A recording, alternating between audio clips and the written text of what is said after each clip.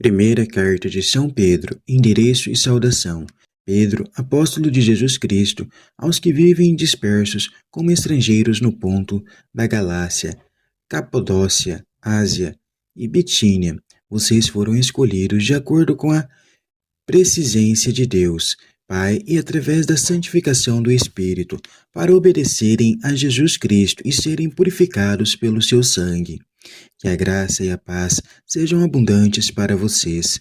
A obra do Pai, bendito seja Deus e Pai de nosso Senhor Jesus Cristo, por sua grande misericórdia, ressuscitando a Jesus Cristo dos mortos, ele nos fez renascer para uma esperança viva, para uma herança que não se corrompe, não se mancha e não murcha. Essa herança está reservada no céu, para vocês que, graças à fé, estão guardados pela força de Deus, a salvação que está presente a revelar-se no final dos tempos. O papel do Filho. Por isso, vocês devem alegrar-se, mesmo que agora, se necessário, fiquem tristes por um pouco de tempo, devido às várias provações. Desse modo, a fé que vocês têm será provada como ouro que passa pelo fogo. O ouro vai desaparecer, mas a fé que vocês têm, e que vale muito mais, não se perderá até o dia da revelação de Jesus Cristo. Então, por essa fé, vocês receberão louvor, glória e honra. Vocês nunca viram Jesus e, apesar disso, o amam. Não o veem, mas acreditam e por isso sentem alegria extraordinária e gloriosa, porque alcançam a meta da fé, que é a salvação de vocês. A ação do Espírito. Essa salvação já foi objeto de busca e investigação dos profetas, quando de antemão anunciavam a graça que Deus tinha reservado para nós. Eles procuravam descobrir em que tempo e circunstâncias se verificariam as indicações por eles próprios recebidas do Espírito de Cristo, que estava presente neles. Foi assim que eles falaram dos sofrimentos de Cristo e das glórias que viram depois, e foi-lhes revelado que eles mesmos não veriam essas coisas, mas que, anunciando-as, estavam trabalhando para vocês. Agora, porém, os pregadores do Evangelho as manifestaram, guiados pelo Espírito Santo enviado do céu. São coisas que até os anjos gostariam de contemplar, libertos para a vida nova. Por isso, estejam de espírito pronto para agir, sejam sóbrios e ponham toda a esperança na graça que será trazida a vocês quando Jesus Cristo se manifestar. Como filhos obedientes, não devem mais viver como antes, quando ainda eram ignorantes e se deixavam guiar pelas paixões. Pelo contrário, assim como é santo o Deus que os chamou, também vocês tornem-se santos em todo o comportamento, porque a Escritura diz: sejam santos, porque eu sou santo. Vocês chamam Pai aquele que não faz distinção entre as pessoas, mas que julga cada um segundo as próprias obras. Portanto, comportem-se com temor durante esse tempo em que se acham fora da pátria, pois vocês sabem que não foi com coisas perecíveis, isto é, com prata nem ouro, que vocês foram resgatados da vida inútil que herdaram dos seus antepassados. Vocês foram resgatados pelo precioso sangue de Cristo, como o de um cordeiro, sem defeito e sem mancha. Ele era concebido antes da fundação do mundo, mas foi manifestado no fim dos tempos, por causa de vocês. Por meio dele é que vocês acreditam em Deus, que o ressuscitou dos mortos e lhe deu a glória, de modo que a fé e a esperança de vocês estão em Deus, a fonte da vida nova.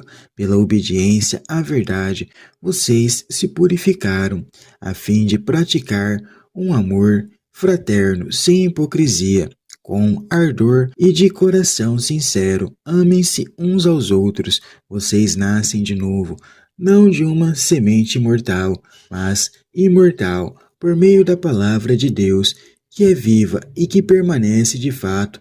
Toda a carne é como erva e toda a sua glória é como flor de erva. A erva seca e a flor cai, Mas a palavra do Senhor permanece para sempre, e essa é a palavra que foi anunciada a vocês. Pedro se dirige a cristãos que vivem longe da pátria em terras estrangeiras, por escolha de Deus.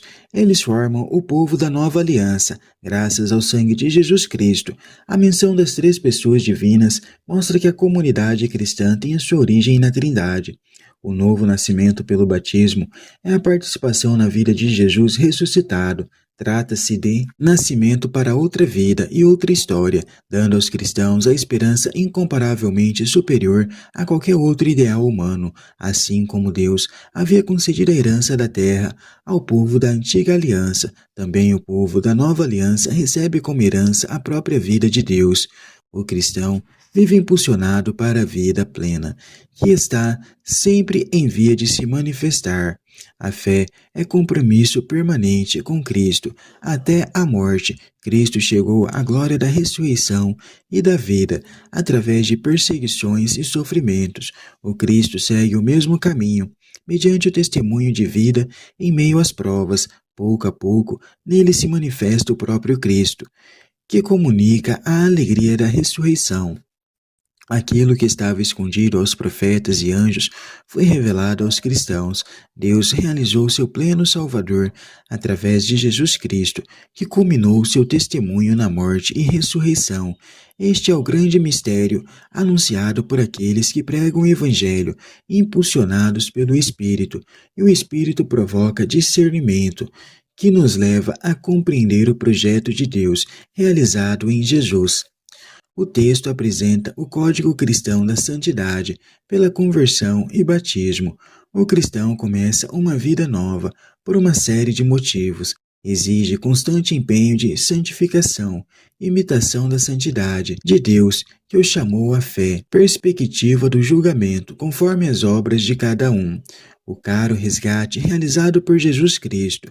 O clima da vida cristã é apresentado aqui como permanente conversão, de escravo do mundo e das paixões. Os cristãos foram libertos por Cristo para serem filhos de Deus, que se reúnem, formando nova família. Para os que vivem num ambiente onde são discriminados, humilhados e até perseguidos, essa é a base fundamental para que eles se sintam em casa e possam enfrentar o clima hostil. A palavra viva de Deus é a fonte da vida nova. Essa palavra engloba tanto a revelação do Antigo Testamento, que culminou em Jesus, como o anúncio do Evangelho, que sintetiza toda a revelação. O cerne do Evangelho é a revelação do amor com que o Pai se manifesta, doando totalmente a vida de Jesus em favor dos homens. Diante disso, ser santo é entregar-se totalmente à vivência do amor mútuo.